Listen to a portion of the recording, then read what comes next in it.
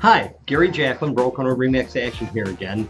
And today what we're going to be talking about is turning your listing presentation into a listing conversation, differentiating yourself and really being that trusted advisor that sellers want to work with. So there's three things that you need to know. First of all, concept and idea behind the listing conversation.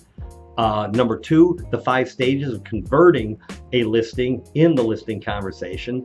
And number three, the step-by-step guide to implementing and actually executing the listing conversation, which means conservatively $25,000 to $60,000 to your bottom line income.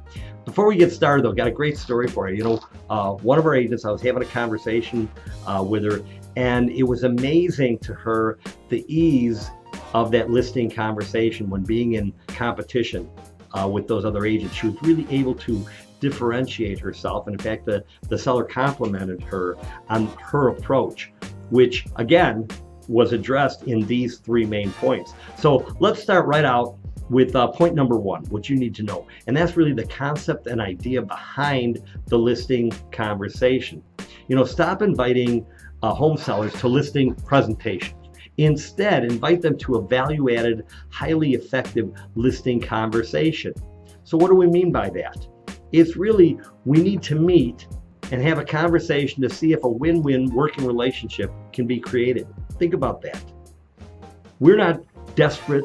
We don't have to have a listing. What we're going to do is just have a nice conversation with our seller to see, again, we'll meet, have a conversation to see if a win-win working relationship can be created. That makes sense, doesn't it? So let's move right on to point number 2. What are the 5 stages of converting a listing in the listing conversation? There's really 5 areas. The first is the pre-conversation activities. There's a list of things you need to handle during that time. We got to ask the listing questions, of course, assemble the tools, confirm the appointment, prepare the listing agreement itself, get on the listing channel, and then arrive on time. Number 2, on the appointment, we've got to really set the tone for the meetings. We want to set boundaries for that win-win relationship. Next, point number 3, the message is going to be the goals, plans, and strategies. We want to uncover the needs, prioritize the needs, and then introduce and review the CMA, of course, with the potential listing with our seller client. Number 4 is going to be the mutual expectations. This is critical. And I know for myself, a lot of agents just never address this. And that's cover the mutual expectations. What are we doing together in this conversation?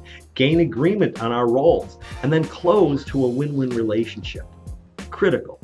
Number 5, of course, is the post-conversation activities, where we're going to handle objections, questions, and concerns.